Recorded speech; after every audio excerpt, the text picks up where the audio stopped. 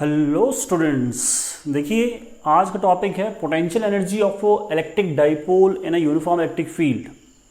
इस टॉपिक को समझने के लिए आप मेरा जो इससे पहले वाला टॉपिक है वो था torque acting on a dipole placed in electric field. वो आपको डिस्क्रिप्शन बॉक्स में मिल जाएगा। इसको देखिए, फिर इस टॉपिक को देखिए, ज़्यादा समझ आएगा। अच्छा, इसमें हमारे पास ऐसा था, टॉर्क की अगर हम बात करें तो इलेक्ट्रिक फील्ड लाइंस यूनिफॉर्म थी।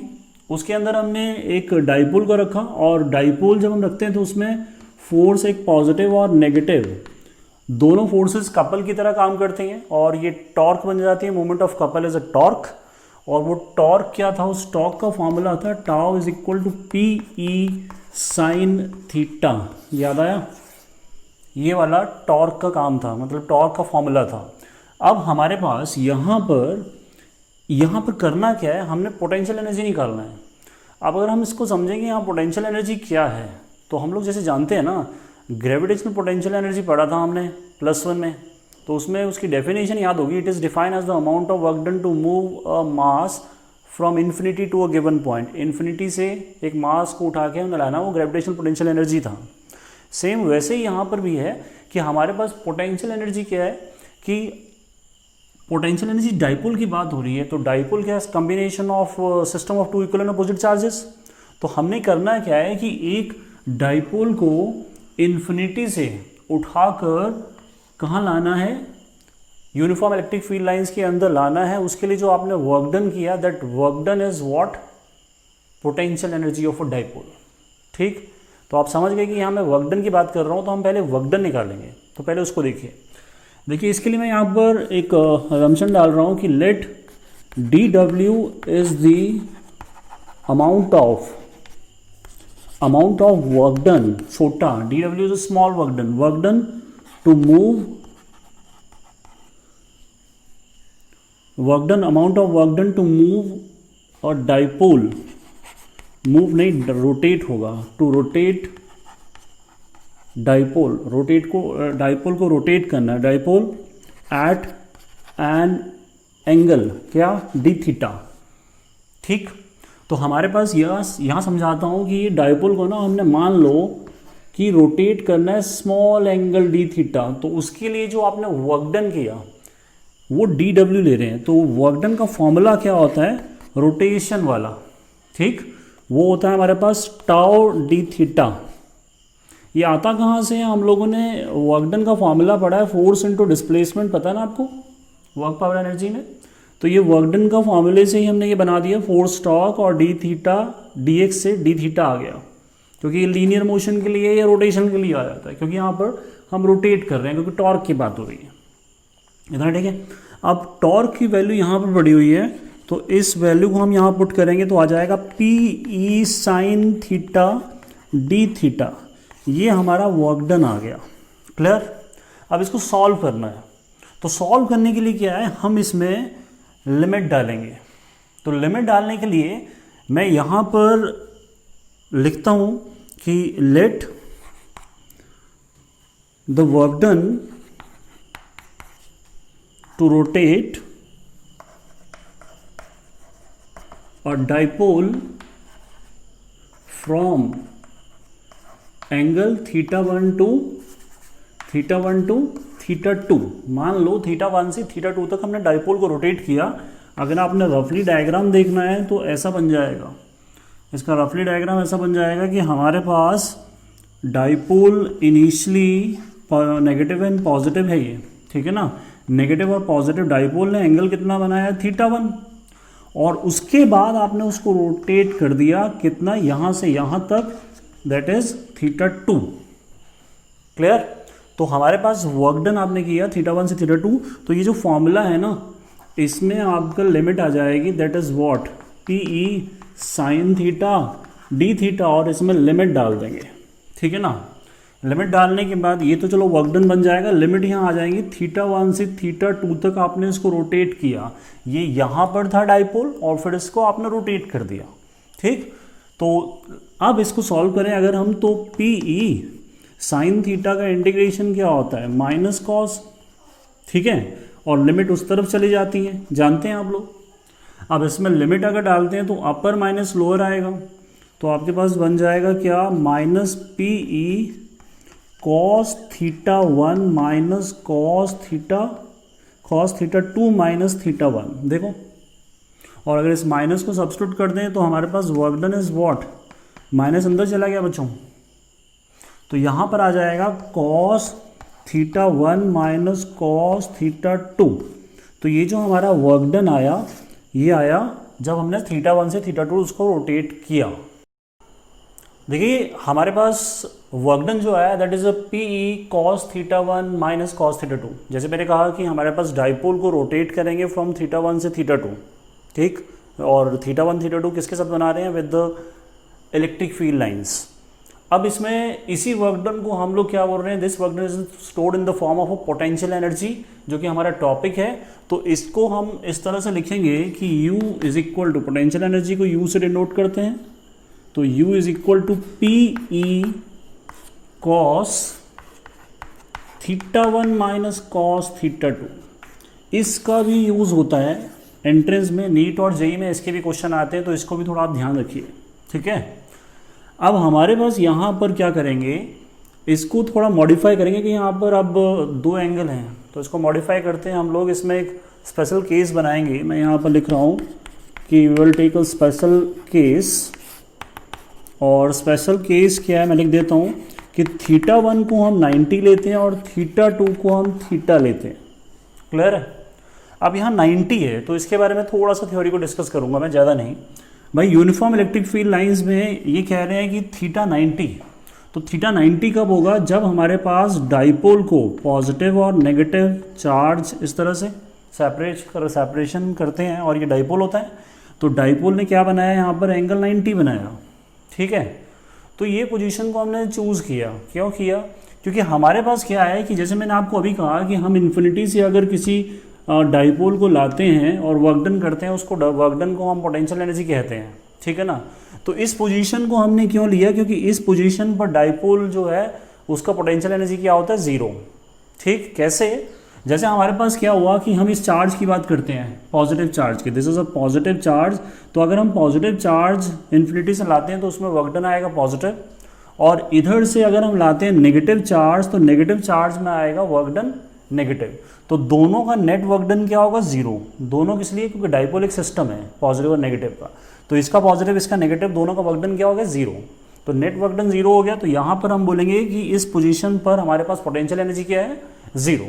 तो हमने इसको रेफरेंस की तरह कंसिडर कर लिया। क्लियर, इसलिए हमने यहाँ पर थीटा 1 लेते हैं।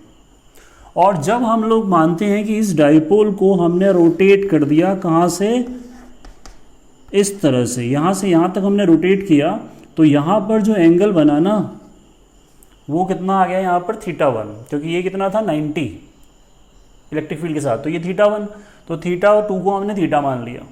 तो हमने मान लिया कि हमारे पास पहली पोजीशन थी कौन सी, 90 वाली, उसके बाद कौन सी पोजीशन आ गई, थीटा वाले। तो ये दोनों केसेस को ना हम यहाँ सब्स्टिट्यूट करेंगे इस इक्वेशन में, इस वाले में। देख लो ध्यान से, देखो आराम से, ठीक है। अब हमारे पास पोटेंशियल एनर्जी की अगर वैल्यू पुट करें तो डाइपोल इनटू इलेक्ट्रिक फील्ड, और यहाँ आ जाएगा क्या बच्चों, cos 90 minus cos theta. Cos 90 क्या होता है, बोलो, कॉस 90 जीरो। तो यहाँ पर ये जीरो हो जाएगा, दिस वन इज जीरो, और बचेगा क्या, ये बचेगा P E minus cos theta, इस तरह से बचेगा। चेक कर लो, और थोड़ा मॉडिफाई कर देते हैं तो ये बन जाएगा u is equal to minus P E cos theta. तो ये हमारे पास आ गया potential energy of a dipole का फॉर्मूला। अच्छा, इसमें हमारे पास आप जानते हैं कॉस थीटा लिखा है, तो अकॉर्डिंग टू वेक्टर कॉस को हम डॉट लेते हैं, तो यहाँ पर आ जाएगा माइनस पी वेक्टर जो कि डाइपोल वेक्टर है, डॉट ई। तो p डॉट ई माइनस में, या फिर minus P E cos theta. Clear, तो minus is the part of the formula, potential energy का फॉर्मूला का पार्ट है ये। इतना क्लियर हो गया। और एज सच ये एक स्केलर क्वांटिटी होती है पोटेंशियल एनर्जी। अब हमारे पास ये जो आंसर है इसको हम लोग डिस्कस करेंगे अब केसेस में। क्लियर हो गया। देखिए केसेस में हमारे पास दो केसेस डिस्कस करेंगे। तो पोटेंशियल एनर्जी का formula minus P cos theta है, और कॉस थीटा, थीटा क्या था, theta is the angle between dipole and the electric field. तो पहला केस है कि हमने थीटा को 0 लिया, ठीक। थीटा को अगर 0 लिया इसका मतलब क्या हुआ कि हमारे पास एक नेगेटिव चार्ज है और ये क्या था, पॉजिटिव चार्ज था, ठीक है। और डाइपोल की डायरेक्शन कहाँ से नेगेटिव से पॉजिटिव की तरफ थी, इलेक्ट्रिक फील्ड की डायरेक्शन भी यही है, तो दोनों डायरेक्शन सेम हो गई। और हमने ये पिछले लेक्चर में डिस्कस किया है, तो इसको बोलते हैं स्टेबल इक्विलिब्रियम पोजीशन। तो इस केस में अगर हम थीटा को यहाँ पुट करते हैं तो कॉस 0 कितना होता है बच्चों, 1 होता है, ठीक। इसको 1 रख दो तो पोटेंशियल एनर्जी कितना आएगा, -PE आएगा, क्लियर है। और ये जो पोटेंशियल एनर्जी है ना वो क्या है, हमारी मिनिमम है, ध्यान रखना, this is a minimum potential energy, क्योंकि हमारे पास मैंने कहा था कि अगर डाइपोल परपेंडिकुलर है तो उसका पोटेंशियल एनर्जी क्या होगा, 0। और अगर हम देख रहे हैं कि इसको इस तरफ लाते हैं स्टेबल इक्विलिब्रियम पोजीशन में, तो इस पोजीशन में हमारे पास पोटेंशियल एनर्जी क्या आई, माइनस में आई। तो that's why this is a minimum potential energy, जो कि हमारे पास इधर से इधर की तरफ आया जब, तो वो कम हो रही है पोटेंशियल एनर्जी, मतलब रिलीज हो रही है, ठीक। दूसरा केस हम ले लेते हैं थीटा इक्वल टू 180 का। और 180 वाला केस क्या था, आपको याद होगा, this is a case of unstable equilibrium का केस था ये। और इसको अगर हम यहाँ रखते हैं तो cos 180 कितना होता है, -1 होता है, ठीक है ना, समझ आया। अब इसको डायग्रामेटिकली देखना है तो इसका उल्टा है कि भाई पॉजिटिव इधर आ गया, नेगेटिव इधर आ गया, मतलब डाइपोल बिल्कुल उल्टा हो गया। तो P इधर की तरफ, E उधर की तरफ, तो दोनों अपोजिट है, तो 180 cos 180 -1 को इधर रखो तो ये क्या हो गया, प्लस। तो पोटेंशियल एनर्जी कितना आएगा बच्चे, PE आएगा, बट किस में, प्लस में। तो this is a potential energy maximum.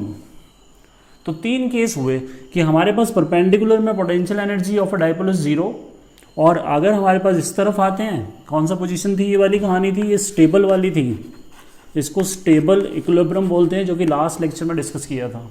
उस केस में पोटेंशियल एनर्जी मिनिमम, और अगर बिल्कुल उल्टा कर देते हैं तो उस केस में पोटेंशियल एनर्जी इज मैक्सिमम। अब इसमें करते हैं न्यूमेरिकल। देखिए बच्चों, अब एक न्यूमेरिकल करते हैं, जो हमारा आंसर आया पोटेंशियल एनर्जी का। क्वेश्चन है, an electric dipole of a length 2 centimetre is placed with its axis making an angle 60 degree with the electric field। और आपको इलेक्ट्रिक फील्ड दिया है, टॉर्क दिया है, पोटेंशियल एनर्जी पूछा है, एक सिंपल सा क्वेश्चन है। अब हमारे पास ऐसा है कि हमने जैसे इलेक्ट्रिक फील्ड लाइंस के अंदर एक डाइपोल रख दिया, नेगेटिव और पॉजिटिव चार्ज, ठीक। और उसने कितना एंगल बनाया हुआ है, यहाँ पर 60 डिग्री बनाया हुआ है। और उस वक्त जब 60 डिग्री एंगल बनाया ना, तो यहाँ पर टॉर्क आया 8√3। और डाइपोल की लेंथ जो है वो कितनी है, 2 सेंटीमीटर है, ये वाली, ध्यान देना, ठीक है ना। अब इसको सॉल्व करते हैं, तो सबसे पहले मैं टॉर्क के फॉर्मूले में चलता हूँ। तो टॉर्क के फॉर्मूले से बेटर है कि हम पहले पोटेंशियल एनर्जी का फॉर्मूला लिख लें, वो था PE cos क्या, थीटा, माइनस के साथ, ठीक। तो पोटेंशियल एनर्जी हमें निकालना है, तो पोटेंशियल एनर्जी यहाँ पर पहले डाइपोल की अगर देखें तो डाइपोल गिवन नहीं है, ठीक है, डाइपोल गिवन नहीं है, तो इधर आइए, पहले इधर आइए। तो टॉर्क हमारे पास होता है PE sin थीटा। टॉर्क कितना आपको दिख रहा है बच्चों, टॉर्क इज 8√3, क्लियर। और P हमें निकालना है, दिया नहीं है क्योंकि लेंथ दी है डाइपोल की।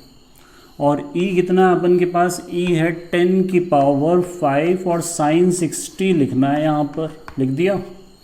अब इसको सॉल्व करें तो this is 8√3, P 10⁵ electric field और sin 60 होता है √3/2, तो ये कट गया।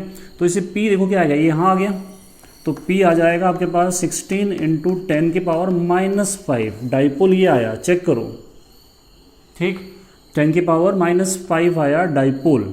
आप इस डाइपोल को ऐसा करते हैं, इधर लेके आओ, इधर आ जाओ आप, इधर देखिए। तो डाइपोल अगर हम यहाँ पुट करें तो ये कितना आएगा, 16 × 10⁻⁻5 आएगा, -5, चेक कर लो। और E कितना है, 10⁵ है, क्लियर। और एंगल 60, तो cos 60 क्या होता है, cos 60 हाफ होता है, तो यहाँ हाफ आएगा, चेक कर लो। तो ये 10⁻⁻5 और +5 कट जाएगा, और 2 इसको कट करेगा, तो 2 जब इसको कट करेगा तो यहाँ क्या आएगा, 8 आएगा, ठीक। और बाकी चीज़ें ऐसा कट गई सारी, चेक कर लो।